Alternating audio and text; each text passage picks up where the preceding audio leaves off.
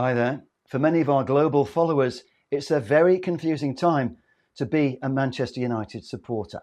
Hopelessly underperforming in the Premier League, outstanding in Europe. Match-going United fans have defiantly stood by Ruben Amorim and his squad through thick and thin. But there's no doubt that next week's Europa League Final is a massive fork in the road that could make or break Ruben's dream of making United great again. Just imagine what it'd be like if Amorim can get our players to win every week.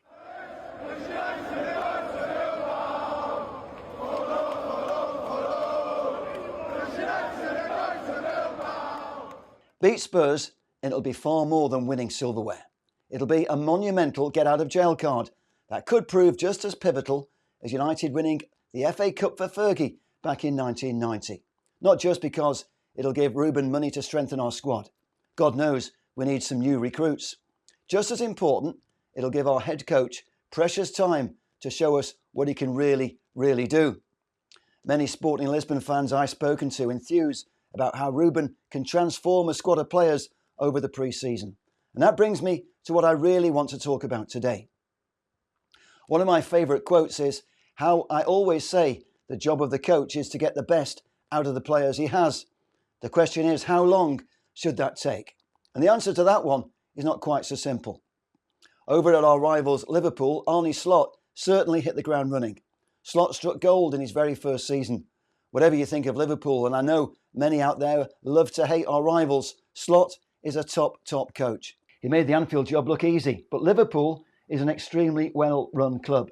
They're not weighed down by owners who've been sucking the heart and soul out of our football club, as well as bleeding us dry with all the riches they've siphoned off. We won't play sides and we won't play sides. While a succession of managers have tried and failed to stop the rot after Fergie retired, it's not just Liverpool who've recruited well.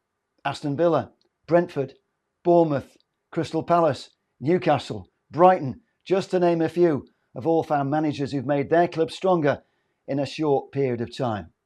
That doesn't mean to say we should write off a manager who takes a little longer. And what's progress anyway? Yes, of course, in the case of Ruben Amorim, our league form has been quite horrendous.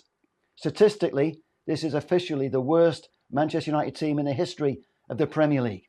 Our embarrassing low position is there for all to see, and the coach has to take full responsibility for that failure. On the other hand, we are unbeaten in Europe, and we will win our third piece of silverware in 3 seasons if we can beat Spurs in next week's final. The way we dismantled the formidable Athletic Club in the semi-final after a dangerous spell by the team from Bilbao was quite outstanding. And that brings me to my next point. Certain players are improving since Amorim arrived, and that's a huge tick when we refer back to my mantra that the job of the coach is to get the best out of the players he already has. Obviously, we're ultimately talking about the team collective, but that starts by getting the best out of individual players. And there's no doubt we're seeing some big improvements. Mason Mount made a match-winning cameo appearance when he came off the bench to score 2 goals against Bilbao. Fans were celebrating on number 7's rejuvenation as well as our victory.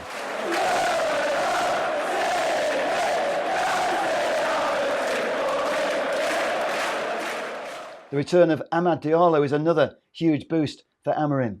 From the start, Amad has been a perfect fit for Ruben's formation.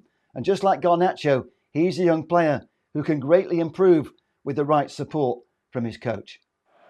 United's underperforming players have all been an easy target for the critics at one stage or another. And clearly, our squad needs new blood. But let's not pretend they're all hopeless. This is a squad packed with experienced internationals who should be getting better results week in, week out. There's no doubt a good coach can and must do better with the players we already have. But we are seeing glimpses of how these players can step up to a higher level.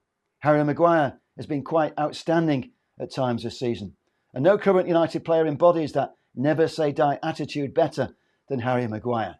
His iconic winner against Lyon in the quarter-finals was legendary.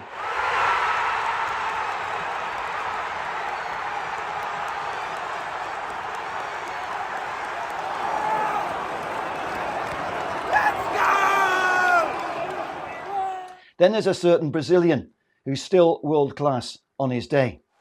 Just look at how Casemiro has rediscovered some of that old magic after being written off not so long ago.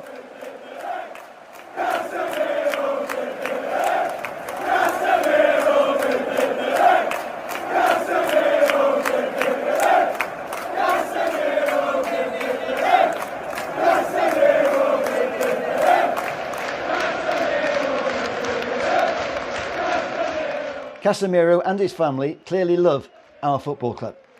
You could say, who wouldn't when you're receiving such lavish riches? But I think you've got to give Ruben Amorim some credit too for helping give Casemiro a new lease of life. The odds are that United will lose again before that Europa League final when we go to Chelsea on Friday night. But we all know it's Bilbao or bust for Ruben Amorim and Manchester United this season. Whatever happens at Stamford Bridge will be insignificant compared to the outcome of our Europa League final against Spurs next Wednesday night. Win in Spain, and it's not just wishful thinking, Ruben's reign may really take off in the way our match-going fans are dreaming. And that will be the biggest prize of all.